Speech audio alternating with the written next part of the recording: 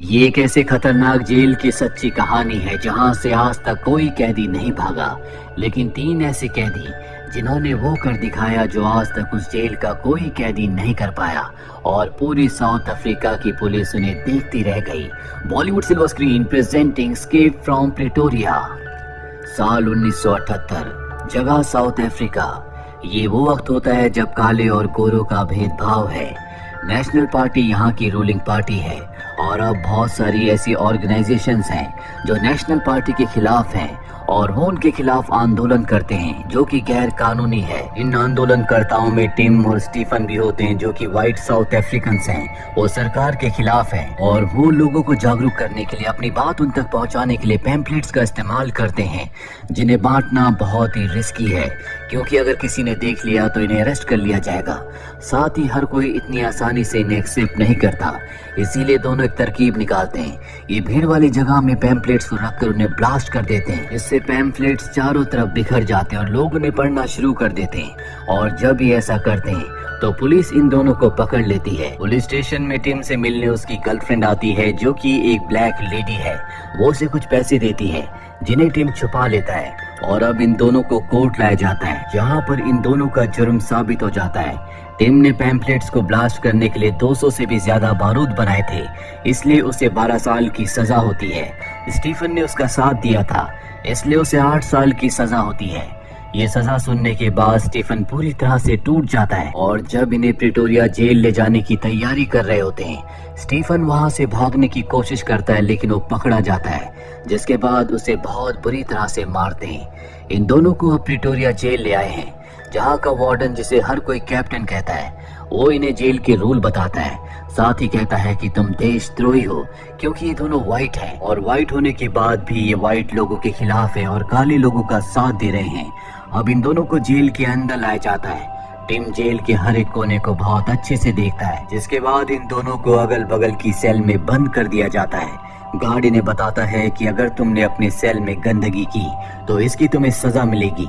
ये कहकर वहां से चला जाता है और अब ये दीवार को नॉक करके एक दूसरे से बातें करते हैं। अगली सुबह जब ये खाना खाने जाते हैं तो ये देखते हैं कि यहाँ पर कुछ कैदियों ने ब्लू कलर की ड्रेस पहनी है जबकि उनकी ग्रे होती है।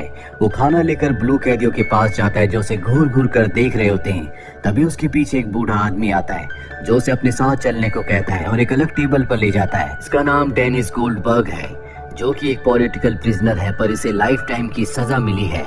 यहाँ पर हमें स्टीफन को दिखाया जाता है जो खाना लेकर अपने ब्लू ड्रेस वाले कैदियों के पास बैठने वाला होता है कि तभी ग्रे ड्रेस वाले सब के सब इशारा करके टैप करके उसे समझा देते हैं कि वहाँ पर बैठना खतरनाक है और अब वो भी टिम और डेनिस के पास आ जाता है। डेनिस बताता है कि यहाँ पर जितने भी ब्लू ड्रेस वाले हैं ये खूंखार कैदी हैं जो कत्ल और बड़े बड़े जुर्म की सजा यहाँ पर भुगत रहे हैं। अब यहाँ पर एक ब्लैक कैदी ने आवाज की होती है, इसीलिए गार्ड आकर उसे बुरी तरह से मारता है। ब्लू ड्रेस वाले कैदी ये सब एंजॉय करते हैं जबकि ग्रे वालों को ये अच्छा नहीं लगता।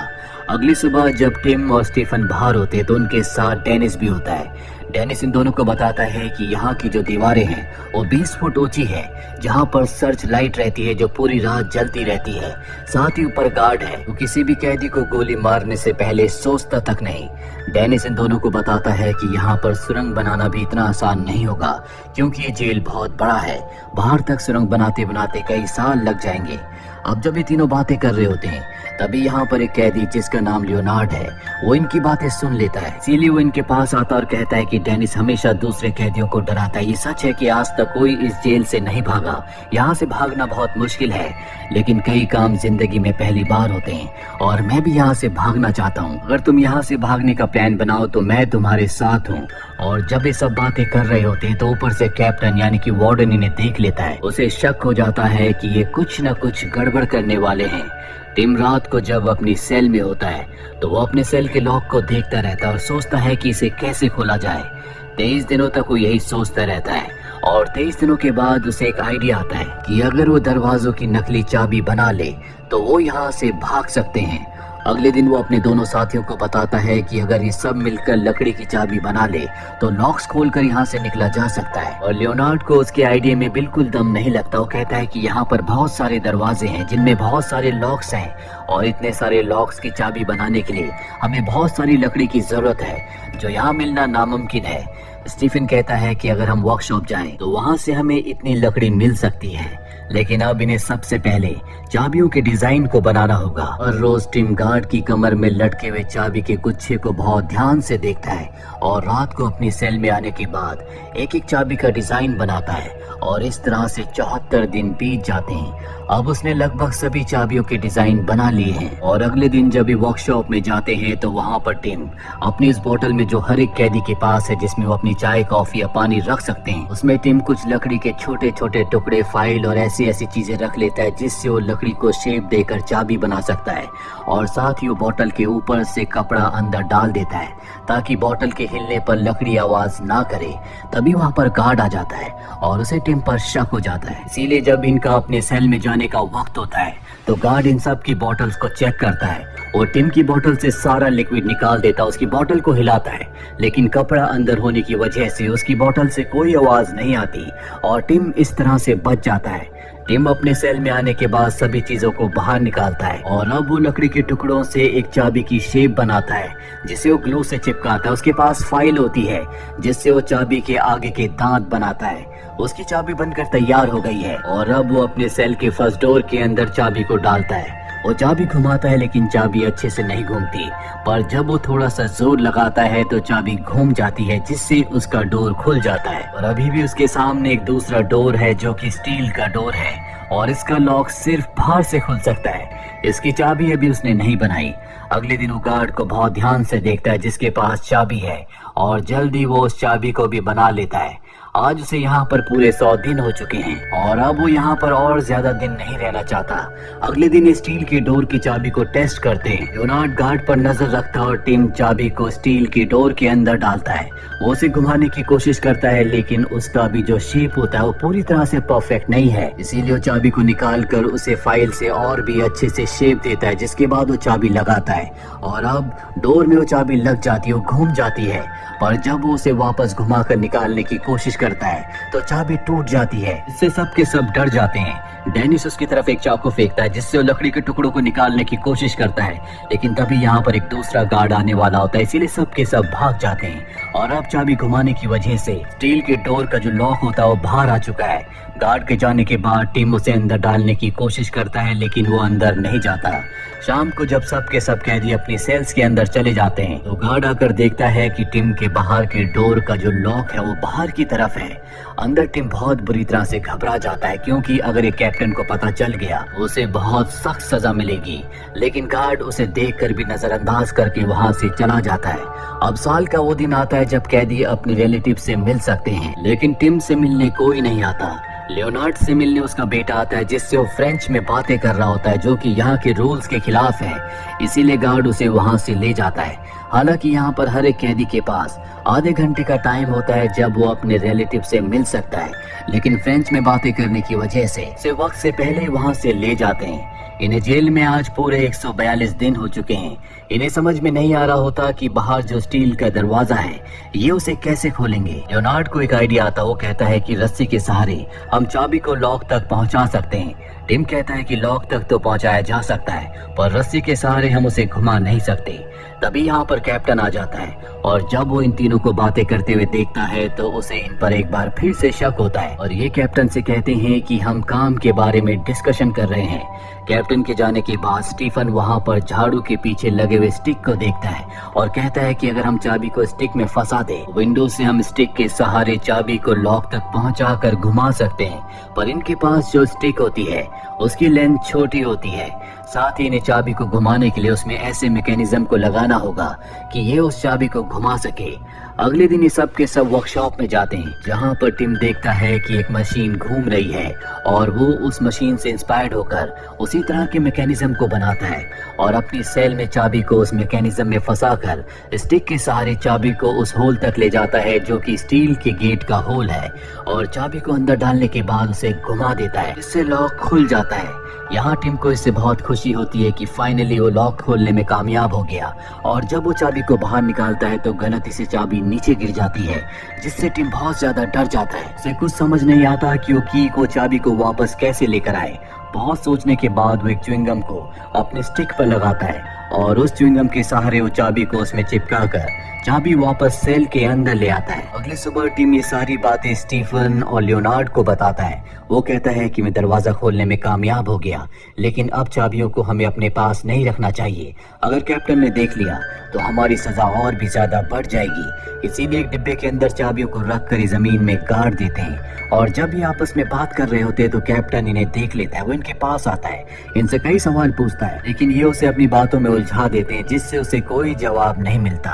कैप्टन वहाँ से चला जाता है। डेनिस जो पास में काम कर रहा होता है वो इन्हें कहता है कि मैंने तुम्हें मना किया था कि जेल से भागने की कोशिश मत करना। अगर फिर भी तुम भागना चाहते हो और कहीं तुम्हें मेरी मदद की जरूरत हो तो मुझे जरूर बताना। और अब हर रात को टिम अपने सेल के दोनों दरवाजों को खोलकर आगे के दरवाजे के पास जाता है और उसकी की बनाने की कोशिश करता है। इन्हें आज जेल में पूरे 206 दिन हो चुके हैं। यहाँ पर टिम बहुत सारी चाबियां बना चुका है, और एक दिन वो देखता है कि बाहर एक ब्लैक आदमी कूड़ा लेकर जा रहा है। टिम इशारे से उसे कहता है कि मुझे न्यूज़पेपर चाहिए। वो कहता है कि इसके बदले मैं सिगरेट्स लूंगा। टिम उसकी बात मान जाता है और अब टिम को न्यूज़पेपर मिल जाता है। हर रात को लियोनार्ड के साथ अपनी सेल से बाहर निकलता है और आगे के दरवाजों की चाबी बनाता है। उसने ऊपर के फ्लोर की सभी चाबियों को बना लिया है और आज रात को नीचे जाते हैं, और जब वो नीचे की चाबी को देख रहे होते हैं तभी वहाँ पर एक मोटा सिक्योरिटी गार्ड आने वाला होता है। इससे बचने के लिए ये दोनों एक स्टोर रूम में छुप जाते हैं। इनकी किस्मत अच्छी होती है कि मोटे गार्ड को कुछ पता नहीं चलता। ये दोनों के दोनों अपनी सेल्स में वापस आ जाते हैं। अब ये रात भर जगे रहते हैं, इसीलिए दोनों के दोनों देर तक सोते रहते हैं, जिससे उस गार्ड को, जिसने टिम की बोतल की वर्कशॉप में पहले भी तलाशी ली थी, उसे इन पर शक हो जाता है। वो सभी कैदियों को सेल से बाहर आने के लिए कहता है और सबके सेल्स की तलाशी लेता है। और जब वो खुद टिम की सेल में जाता है और उससे वो कब गिर जाता है जिसमें चाबी की लकड़ी के कुछ टुकड़े होते हैं, वो उन टुकड़ों को उठाता और पूछता है कि ये क्या है। टिम बड़ी चालाकी से कहता है कि फोटो स्टैंड है, मैंने फोटो को स्टैंड करने के लिए टुकड़े बनाए हैं। गार्ड उसकी बात पर यकीन कर लेता है। उसे वहाँ पर वो स्टिक भी मिलती है जिस पर रस्सी लगी हुई है, लेकिन उसे इन पर शक नहीं होता। वो इन्हें वार्निंग देता है कि अगर कुछ भी गड़बड़ करने की कोशिश की तो इसका अंजाम बहुत बुरा होगा। ये कहकर गार्ड वहाँ से चला जाता है। उनको यहाँ पर समझ में आ जाता है कि एक भी चाबी के टुकड़े को अपने पास रखना ठीक नहीं होगा, इसीलिए वो जेल के अलग अलग हिस्सों में चाबियों के टुकड़ों को छुपा देता है। और इस तरह से इन्हें यहाँ पर आज 400 से भी ज्यादा दिन बीत जाते हैं और अब तक टिम लगभग सभी चाबियों को बना चुका है। उसने 39 चाबियां बनाई है। वो तय करता है कि जल्द से जल्द वो यहाँ से भाग जाएंगे। वो डेनिस के पास जाता और कहता है कि तुम्हें और तुम्हारे साथियों को भी हमारे साथ भागना चाहिए, और डेनिस और उसके साथी मना कर देते हैं। ये तय करते हैं कि अगली रात को ये तीनों के तीनों यहाँ से भाग जाएंगे। और एक दिन पहले टिम स्टीफन की सेल में एक न्यूज़पेपर का टुकड़ा डालता है। ये वही न्यूज़पेपर है जो उसने उस कैदी से सिगरेट के बदले लिया था। इसमें इस जेल का नक्शा होता है जिसे स्टीफन अच्छे से समझ लेता है। और अब अगली रात को ये तीनों के तीनों अपनी सेल से बाहर निकलते हैं। टिम एक बार फिर से डेनिस के पास जाता और कहता है कि तुम भी हमारे साथ चलो, पर डेनिस मना कर देता है। और अब ये एक एक करके दरवाजा खोल कर आगे बढ़ने लगते हैं। जेल से बाहर निकलने से पहले ये अपने कपड़े भी चेंज कर लेते हैं, जिसके बाद ये तीनों के तीनों नीचे वाले फ्लोर तक पहुंच जाते हैं। और अब ये गेट खोलने वाले होते हैं कि मोटा गार्ड यहाँ पर आ जाता है। ये तीनों के तीनों वहीं स्टोर रूम में छुप जाते हैं। मोटा गार्ड अब इस स्टोर के दरवाजे को खोलने वाला होता है क्योंकि उसे शक है कि यहाँ पर कुछ न कुछ गड़बड़ है। तभी हमें डेनिस को दिखाया जाता है जो अपने सेल के बल्ब को तोड़कर शॉर्ट सर्किट कर देता है और जोर जोर से चिल्लाना शुरू कर देता है। इसीलिए मोटे गार्ड को ऊपर जाना पड़ता है। इन तीनों की जान बच जाती है। दरअसल ये इनके प्लान का हिस्सा था कि जब भी ये स्टोर के अंदर जाएंगे तो ऊपर डेनिस किसी तरह से गार्ड को अपने पास बुला लेगा और ये तीनों की तीनों यहाँ से आगे बढ़ जाएंगे। गार्ड जब ऊपर जाता है तो ये तीनों की तीनों यहाँ से निकल जाते हैं और उस डोर तक पहुँच जाते हैं जो कि एक इलेक्ट्रिक डोर है, और इसे इन्हें बटन से ही खोलना होगा नहीं तो अलार्म बज जाएगा। और बटन होता है गार्ड के रूम में। लियोनार्ड कहता है कि मैं गार्ड के रूम में जाकर बटन को ऑन करता हूँ, इसके बाद डोर खुल जाएगा और हम यहाँ से निकल जाएंगे। लियोनार्ड ऐसे ही करता है, वो इलेक्ट्रिक डोर खुल जाता है और अब इनके सामने आखिरी डोर है। पीप होल से देखते हैं जहाँ पर मेन गेट होता है जो अब भी खुला है और गेट के बाहर सड़क होती है, यानी कि इनकी आजादी। ये एक दूसरे के गले मिलते हैं और अब टिम एक एक करके चाबी लगाता है, लेकिन किसी भी चाबी से ये गेट नहीं खुलता क्योंकि इन्होंने इसकी चाबी नहीं बनाई थी। पहली बार ये तीनों के तीनों यहाँ तक पहुँचे हैं। टिम कहता है कि हमें वापस जाना होगा और इसकी चाबी बनानी होगी। लियोनार्ड कहता है कि हम ऐसा नहीं कर सकते, भले मेरी जान क्यों ना चली जाए, मैं यहाँ से वापस नहीं जाऊंगा। और अब लियोनार्ड बहुत ध्यान से उस लॉक को देखता है और देखता है कि वो एक लकड़ी के अंदर जा रहा है जो कि खोखली है, यानी कि उसे तोड़ा जा सकता है। और वो उसे तोड़ने की कोशिश करता है, जिससे बहुत ज्यादा शोर होता है। टिम डर जाता है, वो अंदर जाकर गार्ड को देखता है, लेकिन गार्ड ने अब तक इस आवाज को नहीं सुनी थी। वो लिनार्ड के पास वापस आता है और अब तक उसने लकड़ी को बहुत हद तक तोड़ दिया था। टिम कहता है कि हमें इसे तोड़ना चाहिए। इसके बाद वो उस पर कुछ और प्रहार करते हैं, जिससे वो गेट भी खुल जाता है। सबसे पहले अपने कपड़ों को बदलते हैं, इनके सामने इनकी आज़ादी है और अब ये धीरे धीरे आगे बढ़ना शुरू करते हैं। ऊपर 10 फुट की वॉल पर जो गार्ड होता है वो इन्हें देखने वाला होता है, और उसके देखने से पहले टिम उसे देख लेता है। तीनों के तीनों दीवार के पीछे छुप जाते हैं और मिरर से उस पर नजर रखते हैं, और जैसे गार्ड वहां से जाता है तीनों की तीनों जेल से बाहर निकल जाते हैं। रास्ते में इनके सामने कुछ गार्ड्स भी आते हैं जो इन्हें पहचान नहीं पाते, और अब ये तीनों के तीनों टैक्सी स्टैंड पर जाते हैं, जहाँ पर ये एक टैक्सी को हायर करके इस जगह से निकल जाते हैं। अगली सुबह जेल में गार्ड्स को पता चल जाता है कि ये तीनों भाग गए हैं, जिससे वो डर जाते हैं क्योंकि अब इनकी नौकरी खतरे में है। बाकी सभी कैदी इन पर हंस रहे होते हैं, क्योंकि इन तीनों ने वो कर दिखाया जो आज तक इस जेल में कोई नहीं कर पाया। अब ये तीनों की तीनों यहाँ से भागकर एक के बाद एक कई बॉर्डर्स पार करके लंदन पहुंच जाते हैं, और एक बार फिर से ये काले और गोरों के भेदभाव के मिशन को शुरू करते हैं। वही डेनिस जॉब भी जेल में होता है, उसे 22 सालों के बाद रिहा किया जाता है, यानी कि सन 1992 में, क्योंकि ये वो साल था जब पूरी दुनिया में काले और गोरों के भेदभाव को हमेशा के लिए खत्म कर दिया गया था। सन 1994 में नेल्सन मंडेला साउथ अफ्रीका के पहले ब्लैक प्रेसिडेंट बने। तो ये थी पूरी कहानी फिल्म एस्केप फ्रॉम प्रिटोरिया की, जो कि सच्ची घटनाओं पर आधारित है। उम्मीद करते हैं कि ये कहानी आपको पसंद आई होगी।